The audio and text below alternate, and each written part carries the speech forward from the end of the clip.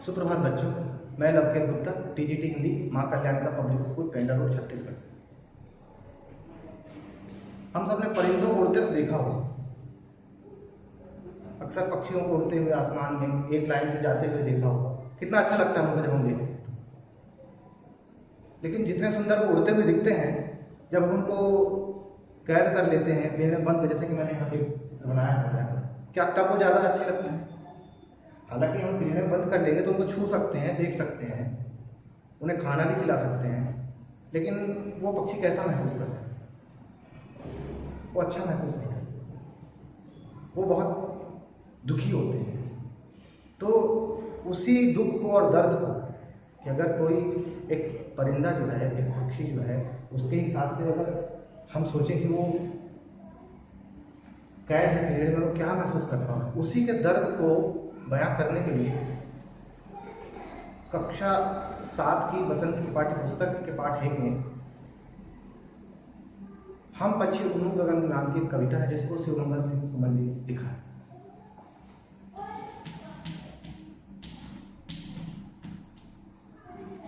हम पंछी उन्मुक्त गगन की,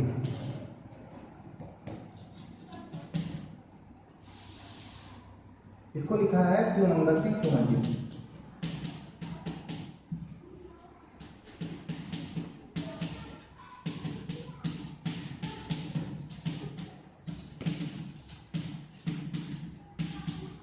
सुमन उनका उपनाम था, और उपनाम जो है वो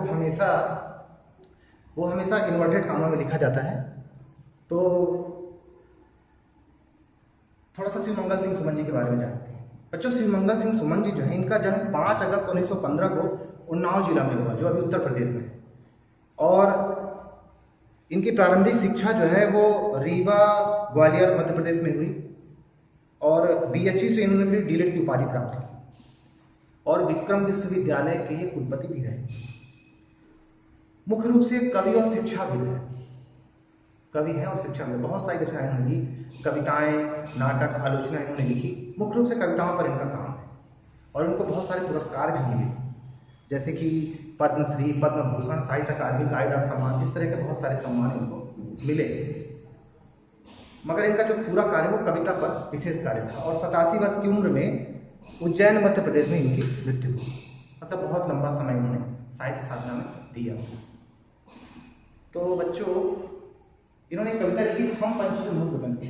शिवमंगल सिंह सुमन जी की विशेषता ये है कि इनकी कविताओं में आपको स्वतंत्रता, देश प्रेम और अपने युग परिवेश में जो घटनाएं घट रही हैं, उनकी समस्याओं को जरूर उठाते हैं अपनी रचनाओं, अपनी कविताओं में। वैसी एक कविता है हम पंछी उन्मुक्त गगन। चूंकि आज़ादी से पहले इनका जन्म है, तो जितने भी कवि हैं, जो भी रचनाकार, इनका जन्म आज़ादी से पहले हुआ है, वो सभी रचनाकार जो है बच्चों, वो सभी रचनाकार, उनकी कविताओं में आपको वो दर्द जरूर मिलेगा। ठीक है, वो गुलामी की जो आज़ादी, गुलामी से आज़ादी में जो छटपटाहट वो मिलेगा, उसी को कभी इस कविता के माध्यम से व्यक्त करता है। तो मैं थोड़ा कविता पढ़ता हूँ एक बार। हम पंछी उन्मुक्त गगन के पिंजरबद्ध नगा पाएंगे, कनक तीलियों से टकराकर पुलकित पंख टूट जाएंगे। हम बहता जल पीने वाले मर जाएंगे भूखे प्यासे। हम बहता जल पीने वाले मर जाएंगे भूखे प्यासे, कहीं भली है कटुक निगोरी कनक कटोरी की मैदा से।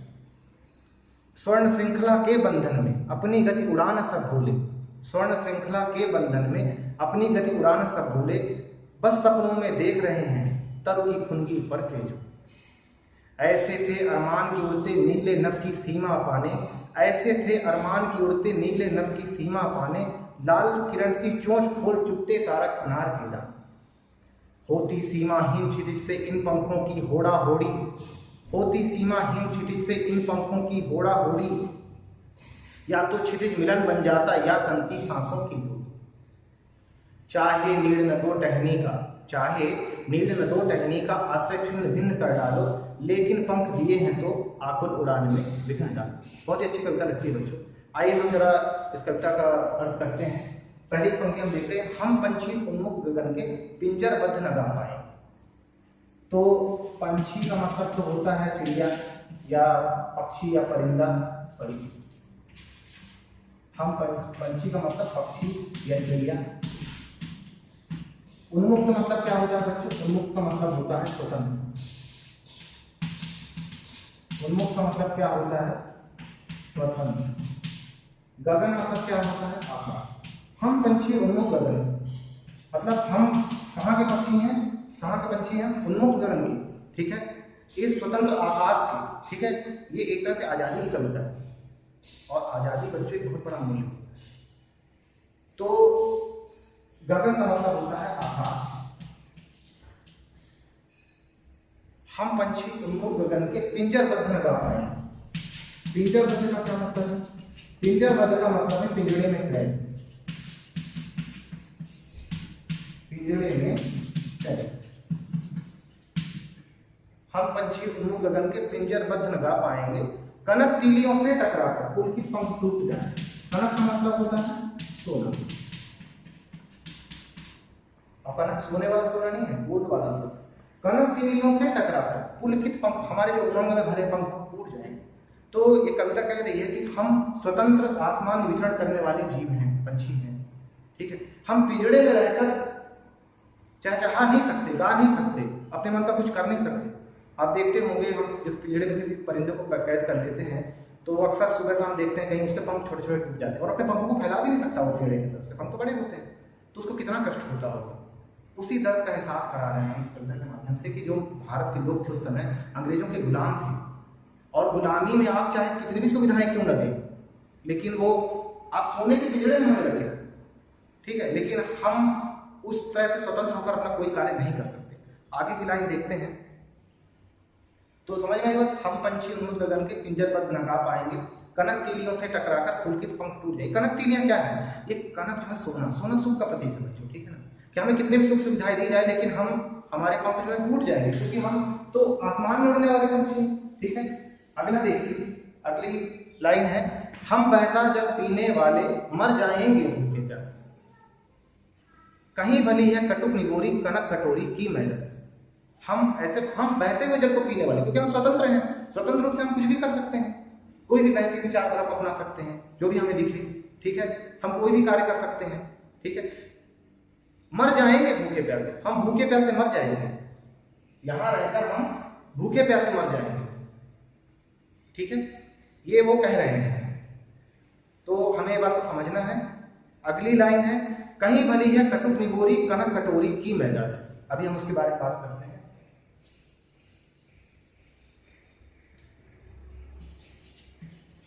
कटुक का मतलब होता है कड़वा, और निगोरी का मतलब होता है नीम का पत्ता।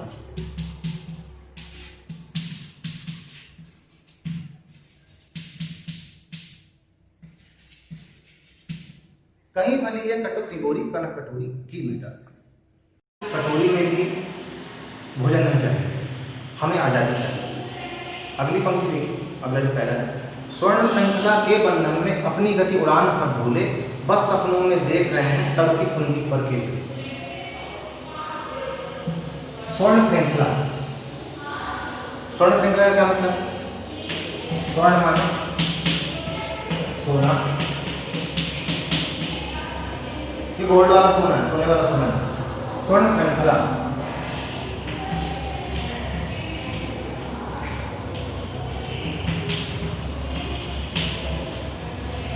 स्वर्ण श्रृंखला के बंधन। श्रृंखला का मतलब क्या होता है? जंजीर, चेन, इसको हम बोलते हैं, कड़ी भी बोल सकते हैं आप, ठीक है। तो स्वर्ण श्रृंखला के बंधन में अपनी गति उड़ान सब भूले। गति, गति का मतलब क्या है? गति का मतलब है शक्ति। गति जो है यहाँ पर शक्ति का प्रतीक है, वेग का प्रतीक है। स्वर्ण श्रृंखला के बंधन में अपनी गति उड़ान सब भूले, बस सपनों में देख रहे हैं तरु की खुनगी पलके। तरु का मतलब होता है पेड़, और खुनगी का मतलब होता है पेड़, पेड़ की जो टहनी होती है उसका सबसे ऊपरी सिरा।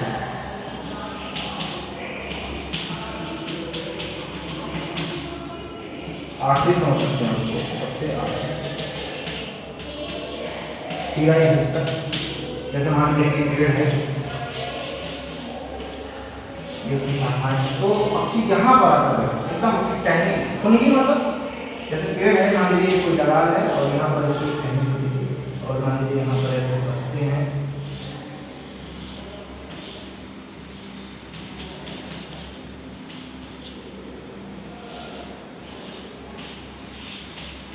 तो यहाँ पर जो नरम भाग है, नरम, यहाँ पर वो पक्षी पर बैठता है। और जब वो नरम भाग पर बैठता है तो क्या होता है, पेड़ उसके बैठने से नीचे ऊपर होता है, वैसा लगता है वो झूला झूला, तो वो ऐसे कहता है। तो पंक्ति देखिए, स्वर्ण श्रृंखला के बंधन, इस सोने की, आपने हमें सोने की चैन में बांध दिया है, उसमें हम क्या अपनी गति और उड़ान सब भूल चुके हैं।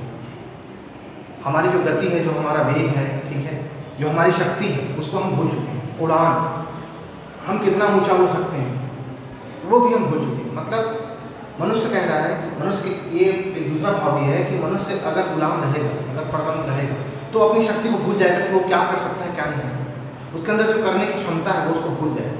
हाँ, बस सपने में देखेगा वो, क्या देखेगा, जैसे कि पक्षी कह रहा है कि हम सब बस सपने में देखते हैं कि पेड़ की जो खुनगी है, जो नर हिस्सा, वहाँ पर हम लोग बैठे और वहाँ पर बैठकर झूला जाते, बस।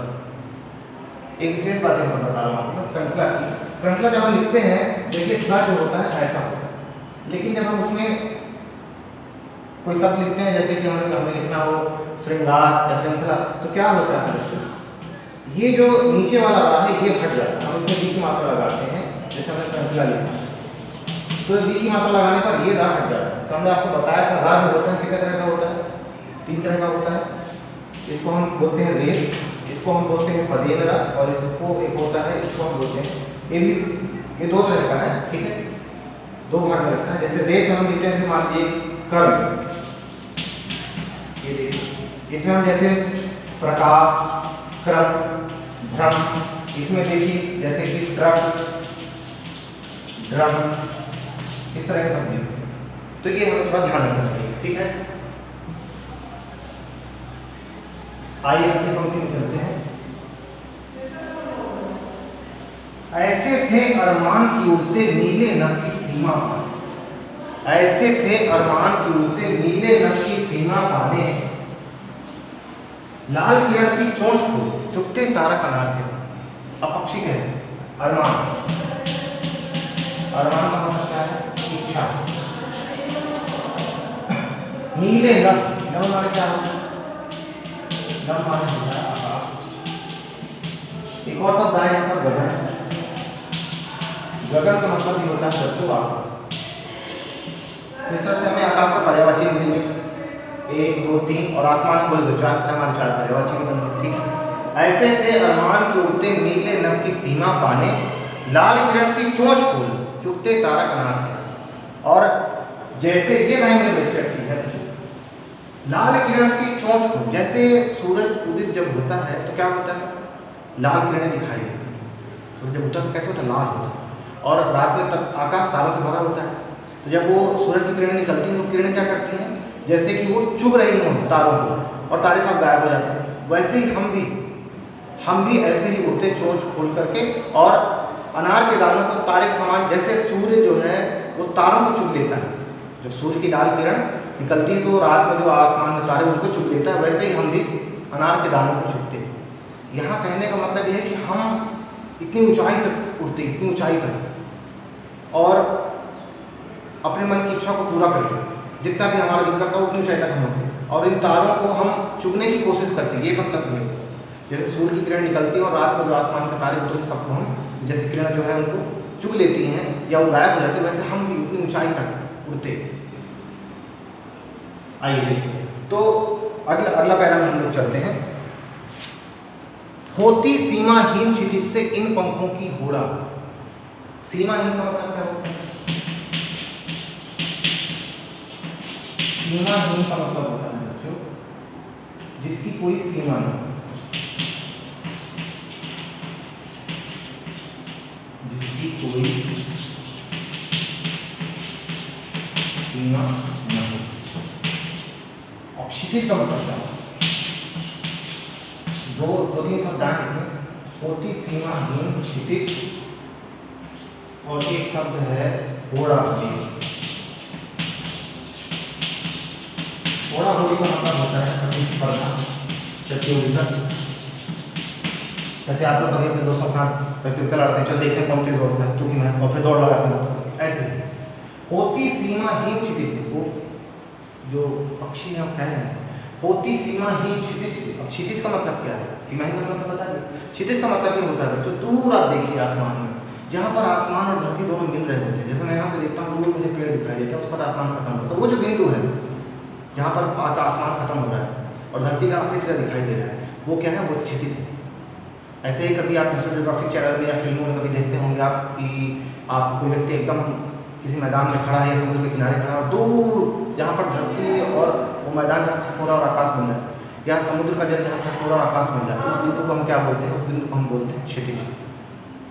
होती सीमाहीन क्षितिज से इन पंखों की होड़ा होड़ी, या तो क्षितिज मिलन बन जाता या तंती सांसों की होड़ी। तो हम इतनी ऊंचाई तक होते, इतनी दूर तक जाते, हम उस क्षितिज से, आसमान से होड़ा होड़ी करते, प्रतिस्पर्धा करते, प्रतियोगिता करते। हम देखते कि तुम हमसे आगे हो या हम तुम्हारी सीमा को नापने की कोशिश करते हैं, हम वहाँ तक जाते, फिर मिलता, फिर आगे जाते, फिर आगे जाते। लेकिन ऐसा कब होता है, जब हम स्वतंत्र होते, तो अपने मन की इच्छा को बता रहे हैं। और एक तरह से आप देखिए बच्चों, मनुष्य स्वतंत्र है तब तो विचार कर पा रहा है, तब तो क्या क्या सोच रहा है। अगर वो स्वतंत्र ना हो तो क्या वो सोच पाएगा, विचार कर पाएगा। आज मनुष्य ने विचार किया तभी तो धरती से चांद तक गया, धरती से मंगल ग्रह तक गया, इस तरह से पहुंचा ना, वहाँ तक अपनी पहुँच बनाई उसके। और भी लोग लगे हुए हैं, जहाँ तक दिखाई देता है वहाँ तक जाने की कोशिश करते, सीमाहीन अनंत आकाश में। तो व्यक्ति जब स्वतंत्र होगा तभी वो कुछ नया सोच पाएगा, ऊंची ऊंची विचार अपने मन में ला पाएगा। अगर किसी को गुलाम बना दिया जाए, जैसे आप ही को हमारे इस कमरे का बंद कर दिया जाए, मैंने बताया, फिर सब सुविधाएं देने के बावजूद भी आप कुछ सोच नहीं पाएंगे। भैया आप तो बाहर घूमना चाहते हैं, आप तो खेलना चाहते हैं, मस्ती करना चाहते हैं, तो ये बातें हैं इसमें। आगे देखिए, नीड़ न दो चाहे टहनी का आश्रय छिन्न भिन्न कर डाले।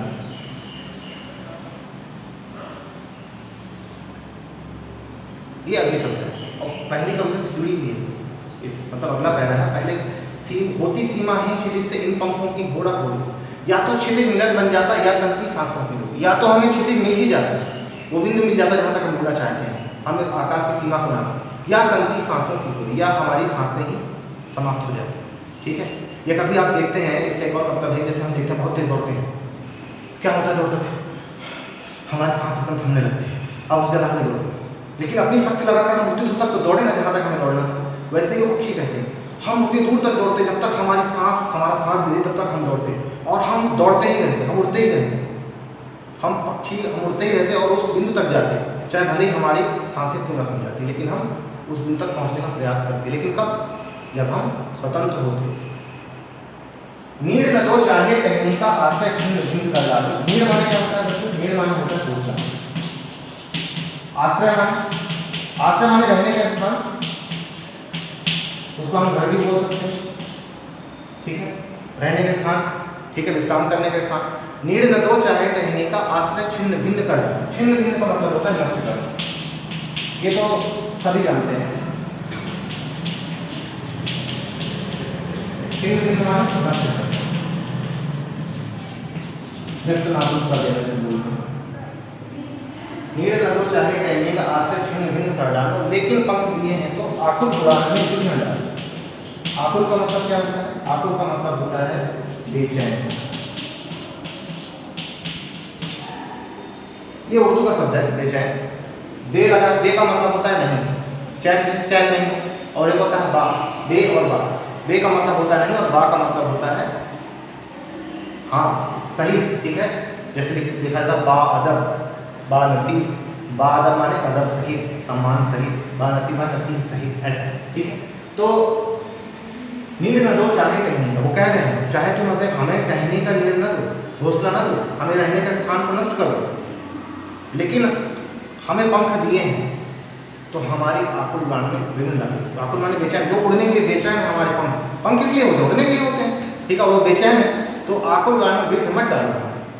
एक तरह से आप देखेंगे दूसरी बात ये कोई मनुष्य है भाई, वो कह रहा है तुम सब कुछ नष्ट कर दो। नीड़ माने क्या होता है, आश्रय घर, अगर किसी का घर नष्ट हो जाए तो उसके पास कुछ बचेगा नहीं, रहेगा कहाँ, फिर भी मनुष्य कह रहा है तुम सब कुछ नष्ट कर दो।